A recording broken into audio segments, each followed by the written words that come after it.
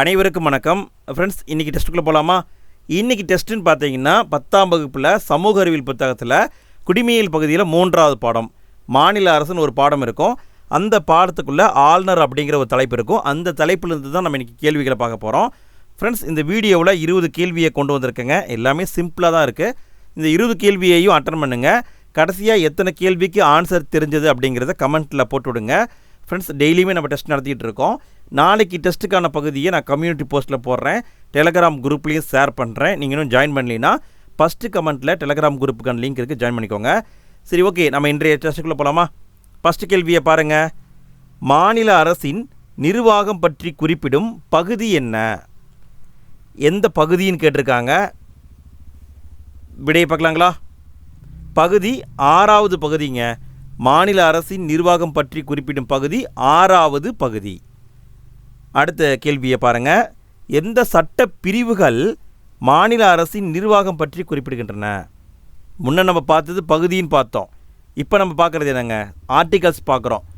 எந்த ஆர்டிக்கலில் ஆரம்பிக்குது, எதில் முடியுதுன்னு கேட்டிருக்காங்க. சரி, இப்படியே பார்க்கலாங்களா? ஃப்ரெண்ட்ஸ், ஆன்சரை லைவ் சாட்லேயே போடுங்க. ஃப்ரெண்ட்ஸ், லைவ் சாட்டில் போட்டுகிட்டே வாங்க, அப்போ தான் உங்களுக்கும் ஸ்கில் வளரும். சரி, இதுக்கான விடைன்னு பார்த்தீங்கன்னா 152 ஆரம்பிக்குது, 237 முடியுது. 152 ஆரம்பிக்குது, 237 முடியுது. அடுத்த கேள்வியை பாருங்கள். சரியான கூற்றை கண்டறிக. 2 பாயிண்ட் இருக்குது, எது சரின்னு கண்டுபிடிக்கணும். சரி, இப்படியே பார்க்கலாங்களா? ஃபஸ்ட்டு பாயிண்ட்டு, மாநில ஆளுநர் குடியரசுத் தலைவரால் நியமனம் செய்யப்படுகிறார். கரெக்டுங்க. ஆளுநர் நியமிக்கிறது யார்? குடியரசுத் தலைவர் தான் நியமிப்பார். அடுத்து 2வது பாயிண்ட் பாருங்கள். மாநில ஆளுநரின் பதவிக்காலம் 5 ஆண்டுகள். குடியரசுத் தலைவரின் விருப்பத்தின் பேரில் அவரது பதவிக்காலம் குறைக்கப்படலாம்னு கொடுத்துருக்காங்க. இதுவும் கரெக்டு தான். பொதுவாக 5 ஆண்டுகள், ஆனால் குடியரசுத் தலைவருடைய விருப்பத்தை பொறுத்து அதிகப்படுத்தலாம், குறைக்கவும் செய்யலாம். அப்போ இங்கே பார்த்தீங்கன்னா இரண்டுமே சரிதான். அடுத்த கேள்வியை பாருங்கள். மாநில ஆளுநரின் நிர்வாக அதிகாரம் பற்றி கூறும் சட்டப்பிரிவு என்ன? மாநில ஆளுநருடைய நிர்வாக அதிகாரம் பற்றிய சட்டப்பிரிவு 154ங்க. 154. அடுத்த கேள்வியை பாருங்கள். சரியான கூற்றை கண்டறிக. 4 பாயிண்ட் கொடுத்துருக்காங்க, எது சரின்னு கண்டுபிடிக்கணும். ஃப்ரெண்ட்ஸ், இங்கே தான் ஆப்ஷன் இருக்குது, சரிங்களா? நீங்கள் இதில் கண்டுபிடிச்சிட்டு அப்புறம் ஆன்சரை சொல்லுங்கள். சரி, இப்படியே பார்க்கலாங்களா? ஃபஸ்ட்டு பாயிண்ட் பாருங்கள். பொதுவாக ஒருவர் தனது சொந்த மாநிலத்தின் ஆளுநராக நியமிக்கப்பட மாட்டார். இது கரெக்டுங்க. சொந்த மாநிலத்தில் அப்பாயின்மெண்ட் கொடுக்க மாட்டாங்க. அடுத்த பாயிண்ட்டு, குடியரசுத் தலைவரால் ஒரு மாநிலத்திலிருந்து ஆளுநர் வேறொரு மாநிலத்துக்கு மாற்றப்படலாம். இதுவும் சரிங்க. அடுத்த பாயிண்ட் பாருங்கள். குடியரசுத் தலைவர் தனது பணித்துறப்பு கடிதத்தை ஆளுநருக்கு கொடுப்பதன் மூலம் எந்த நேரத்திலும் பதவி விலகலாம்னு கொடுத்துருக்காங்க. தவறு. குடியரசுத் தலைவர் அவருடைய பணித்துறப்பு கடிதத்தை துணை குடியரசுத் தலைவர் தான் கொடுக்கணும், சரிங்களா? ஆளுநர்கிட்ட கொடுக்க மாட்டாங்க. ஆளுநர் தான் குடியரசுத் தலைவர்கிட்ட கொடுப்பாரு. ஸோ இந்த பாயிண்ட் தவறு. அடுத்த பாயிண்ட்டு, மாநில சட்டமன்ற தீர்மானத்தின்படி ஆளுநர் பதவி நீக்கம் செய்யப்படலாம்னு கொடுத்துருக்காங்க. இதுவும் தவறு. மாநில சட்டமன்றம் ஆளுநரை பதவி நீக்கம் செய்ய முடியாது. அப்போ இங்கே பார்த்தீங்கன்னா முதல் 2 பாயிண்ட்டு தான் சரி. அப்போ விடைன்னு பார்த்தா 1ம் 2ம் சரி. கேள்வியை பாருங்கள். சரியான கூற்றை கண்டறிக. 2 பாயிண்ட் கொடுத்துருக்காங்க, எது சரின்னு கண்டுபிடிக்கணும். சரி, ஓகே, விடையை பார்க்கலாங்களா? ஃபஸ்ட்டு பாயிண்ட் பாருங்கள். ஆளுநராக நியமிக்கப்படும் ஒருவர் தான் எந்த மாநிலத்துக்கு ஆளுநராக நியமிக்கப்பட உள்ளாரோ அந்த மாநிலத்தில் வசிப்பவராக இருத்தல் கூடாது. கரெக்டுங்க. சொந்த மாநிலத்தில் அப்பாயின்மெண்ட் கொடுக்க மாட்டாங்க. ஸோ இது கரெக்டு. அடுத்த பாயிண்ட்டு, ஆளுநராக நியமிக்கப்படும் ஒருவரை நடுவண் அரசு குடியரசுத் தலைவருடன் கலந்தாலோசித்து அவரது பெயரை முன்மொழிய வேண்டும்னு கொடுத்துருக்காங்க. இது தவறுங்க. நடுவண் அரசு சம்பந்தப்பட்ட மாநில அரசோட பேசணும். பேசிட்டு அவருடைய பேரை குடியரசுத் தலைவர்கிட்ட முன்மொழிய வேண்டும். ஸோ இந்த பாயிண்ட் தவறு. அப்போ கூற்று பார்த்தீங்கன்னா 1 மட்டும் சரி. அடுத்த கேள்வியை பாருங்கள். சட்டப்பிரிவு எந்த பிரிவின்படி ஒருவர் 2 அல்லது அதற்கு மேற்பட்ட மாநிலங்களின் ஆளுநராக நியமிக்கப்படலாம்?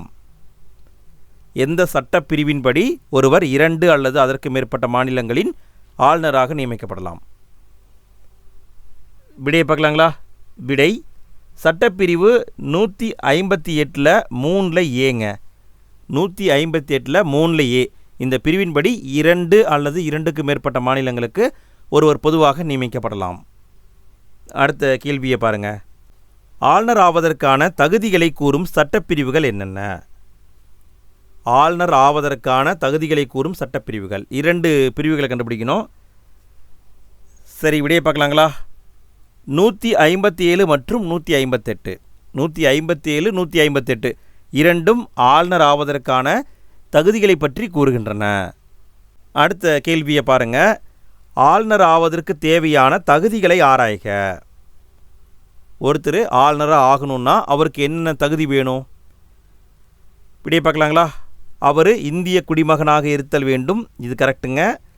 30 வயது பூர்த்தி அடைந்தவராக இருத்தல் வேண்டும்னு கொடுத்துருக்காங்க. தப்பு. 35 வயது பூர்த்தி அடைந்தவராக இருக்க வேண்டும். இந்த பாயிண்ட் தவறு.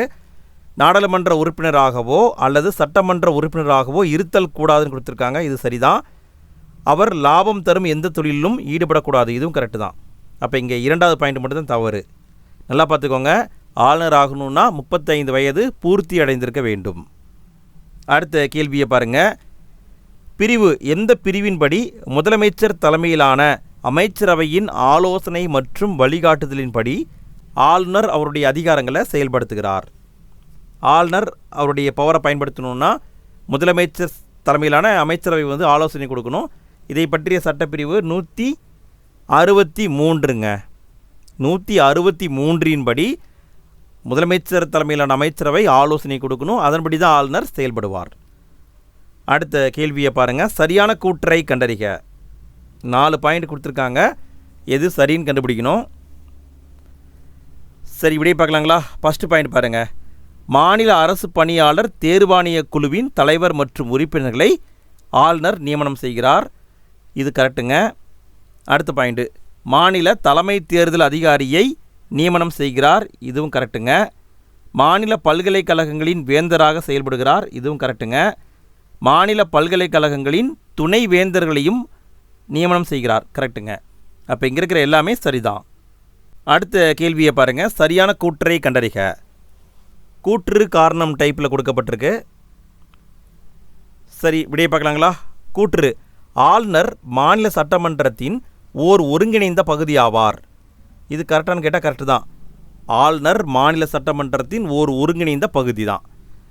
அடுத்தது பாருங்கள். காரணம். ஆனால் அவர் சட்டமன்றத்தின் உறுப்பினராக இல்லை. இதுவும் கரெக்டு தான். அவர் உறுப்பினர் கிடையாது. அவர் ஒரு ஒருங்கிணைந்த பகுதி தான். அப்போ பார்த்தீங்கன்னா கூற்று காரணம் சரி. அடுத்த கேள்வியை பாருங்கள். மாநில சட்ட மேலவையில் எத்தனை பங்கு உறுப்பினர்களை ஆளுநர் நியமனம் செய்கிறார்? மாநில சட்ட மேலவையில் எத்தனை பங்கு உறுப்பினர்களை ஆளுநர் நியமனம் செய்கிறார்? இதற்கான பதில் 6ல் 1 பங்கு உறுப்பினர்களை நியமனம் பண்ணுவாங்க. அடுத்த கேள்வியை பாருங்கள். ஆளுநரின் அவசர சட்டம் பிறப்பிக்கும் அதிகாரம் பற்றிய சட்டப்பிரிவு என்ன? ஆளுநரும் அவசர சட்டம் போடலாம். இதை பற்றி கூறும் சட்டப்பிரிவு 213ங்க. ஆளுநர்னா 213. குடியரசுத் தலைவரும் அவசர சட்டம் போடலாம். அதை பற்றிய சட்டப்பிரிவு என்ன? நம்ம ஆல்ரெடி பார்த்துருக்கோம். ஞாபகம் இருக்கா? மறந்துருச்சா? ஞாபகம் இருந்தால் கமெண்ட்டில் போட்டுவிடுங்க ஃப்ரெண்ட்ஸ். குடியரசுத் தலைவருடைய அவசர சட்டம் பற்றிய சட்டப்பிரிவு என்ன? கமெண்ட்டில் போட்டுவிடுங்க. அடுத்த கேள்வியை பாருங்கள். சரியான கூற்றை கண்டறிக. 3 கூற்று இருக்குது. எது சரின்னு கண்டுபிடிக்கணும். சரி, விடையை பார்க்கலாங்களா? ஃபஸ்ட்டு பாயிண்ட் பாருங்கள். ஆளுநர் மாநில சட்டமன்றம் நடைபெறாத பொழுது அவசர சட்டத்தை பிறப்பிக்கலாம். கரெக்டு. அதாவது சட்டமன்றம் நடக்காதப்போ தான் அவசர சட்டம் போட முடியும். நடந்துகிட்டு இருக்கும்போது போட முடியாது. அடுத்த பாயிண்ட்டு. ஆனால் அந்த அவசர சட்டம் 3 மாதத்திற்குள் மாநில சட்டமன்றத்தால் அங்கீகரிக்கப்பட வேண்டும் கொடுத்துருக்காங்க. தப்பு. 6 மாதம் வரைக்கும் டைம் இருக்குது. அப்போ இந்த பாயிண்ட்டு தவறு. அடுத்த பாயிண்ட்டு. அவசர சட்டத்தை எந்த நேரத்திலும் ஆளுநர் திரும்ப பெறலாம். இதுவும் கரெக்டு. அப்போ இங்கே பார்த்தீங்கன்னா 1, 3 சரி. 1, 3 சரி. அடுத்த கேள்வியை பாருங்கள். ஆளுநரின் விருப்புரிமை அதிகாரம் எது? கீழே இருக்கிற 4மே ஆளுநருடைய அதிகாரம்தான். எது விருப்புரிமை அதிகாரம்னு கேட்டிருக்காங்க. சரி, விடையை பார்க்கலாங்களா? இங்கே விடைன்னு பார்த்தா குடியரசுத் தலைவரின் பரிசீலனைக்காக ஒரு மசோதாவை நிறுத்தி வைத்தல். ஒரு மசோதா வருதுன்னா ஆளுநர் கையெழுத்தும் போடலாம், போடாமல் நிறுத்தியும் வைக்கலாம். குடியரசுத் தலைவருக்கு அனுப்புவதும் அனுப்பாததும் அவருடைய விருப்பம்தான். சரிங்களா? அப்போ இதுதான் விருப்புரிமை அதிகாரம். அடுத்த கேள்வியை பாருங்கள். சட்டப்பிரிவு எந்த சட்டப்பிரிவு ஆளுநருக்கான சிறப்பு உரிமைகளை வழங்குகிறது? எந்த சட்டப்பிரிவு ஆளுநருக்கான சிறப்பு உரிமைகளை வழங்குகிறது? விடையை பார்க்கலாங்களா?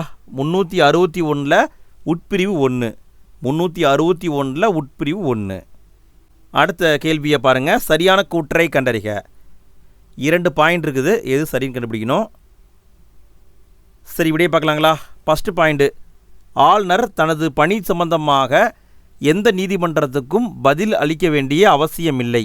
கரெக்டுங்க, யாருக்கும் பதில் சொல்ல வேண்டிய அவசியம் கிடையாது.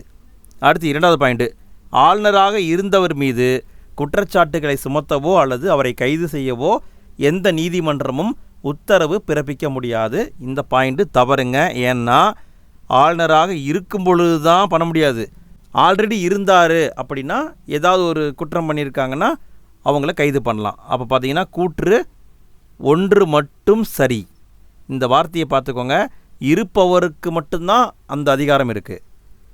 அடுத்த கேள்வியை பாருங்கள். ஆளுநர் யாரை நியமனம் செய்வதில்லை?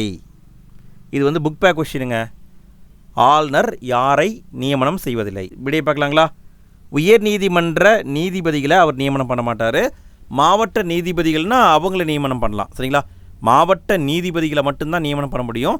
உயர் நீதிமன்ற நீதிபதிகளை நியமனம் பண்ண முடியாது. அடுத்த கேள்வியை பாருங்கள். கடைசி கேள்விங்க. ஃப்ரெண்ட்ஸ், நாளைக்கு டெஸ்ட்டுக்கான பகுதியை நான் கம்யூனிட்டி போஸ்ட்டில் போடுறேன், டெலகிராம் குரூப்லேயும் ஷேர் பண்ணுறேன். நீங்கள் இன்னும் நம்ம டெலகிராம் குரூப்பில் ஜாயின் பண்ணலைன்னா ஃபஸ்ட்டு கமெண்ட்டில் லிங்க் இருக்குது, ஜாயின் பண்ணிக்கோங்க. நாளைக்கு தேர்வுக்கு படிச்சுட்டு வந்துடுங்க. நாளைக்கு டெஸ்ட்டு இரவு 9:30 மணிக்கு யூடியூப்பில் நடக்கும். சரி, ஓகே. கடைசி கேள்வியை பாருங்கள். கீழ்காணும் எந்த ஒன்று ஆளுநரின் அதிகாரம் அல்லன்னு கொடுத்துருக்காங்க. இதற்கான பதில் தூதரகம். தூதரகம் ஆளுநருடைய அதிகாரத்தின் கீழ் கிடையாது. ஸோ இதுதான் ஆன்சர். அவ்வளோதான் ஃப்ரெண்ட்ஸ், இன்றைய டெஸ்ட்டு சிறப்பாக முடிந்தது. 20 கேள்வியை பார்த்துருக்கோம். எத்தனை கேள்விக்கு உங்களுக்கு ஆன்சர் தெரிஞ்சது? இன்றைக்கி கேள்வியெல்லாம் ஓரளவுக்கு சிம்பிளாக தான் இருந்தது. 20க்கு 20 எடுத்திருப்பீங்கன்னு நினைக்கிறேன். யார் 20க்கு 20 எடுத்தீங்க மறக்காமல் கமெண்ட்டில் பதிவிடுங்க. ஓகே ஃப்ரெண்ட்ஸ், நாளைக்கு டெஸ்ட்டுக்கு படிச்சுட்டு வந்துடுங்க. நாளைக்கு டெஸ்ட்டில் மீண்டும் சந்திப்போம்.